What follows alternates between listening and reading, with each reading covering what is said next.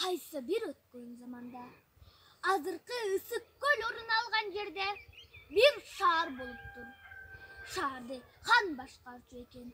Handın yer yüzünde kezitpegen hayday sulu kızı boluptur. Oң jagын başkargan ulan, sol jagын başkargan Santaş attı. Eki baatır kol başçılары boluptur. Eki öten kızdı jakşı körüptür. Eki öten bir ubakta handın kızının kolun suraganı kelişet. Han eki öten jakşı görüp, kimisin tandарын bilbey. Han anda küçüңөрдü sınaylı deyt eken.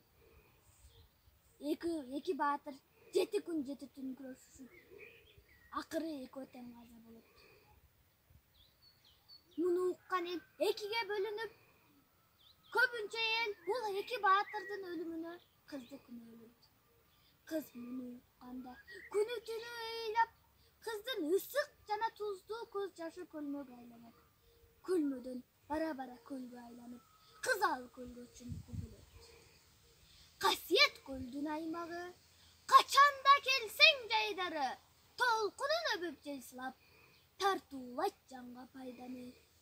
Канча ырсага чачылды, канча муун сенден ачылды. Уктасаң түшкө киресиң, укканда көркөм атыңды. Көргөндө коздуган ыкчын, көл жака бурсун багытын.